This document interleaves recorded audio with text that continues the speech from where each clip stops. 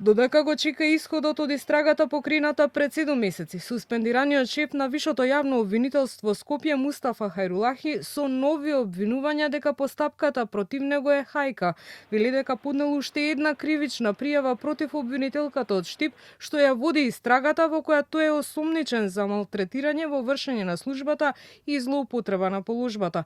Хајрулахи тврди дека освен што таа не постапувала според основните начала, сега, како што вели тој, фалсификувала документација, записници за испитување на сведоци. Истата фалсификувала јавна исправа записник за испитување на сведок, со тоа што во 4 записници за испитување на сведок, истата навела време на сослушување и време на завршување на сослушувањето, кое што се поклопува во сите 4 записници, па од таму може да се констатира дека не може еден ист јавен обвинител со ист дактилограф истовремено да присуствува и да сослушува 4 сведоци.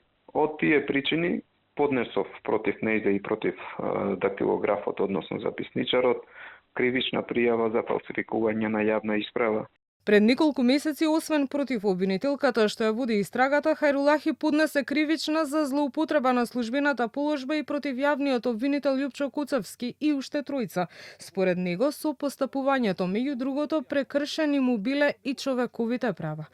Ваквите обвинувања од обвинителството не ги коментираат. Оттаму за Канал 5 велат дека истрагата е во завршна фаза и, како што наведуваат, во целост се води според законските прописи.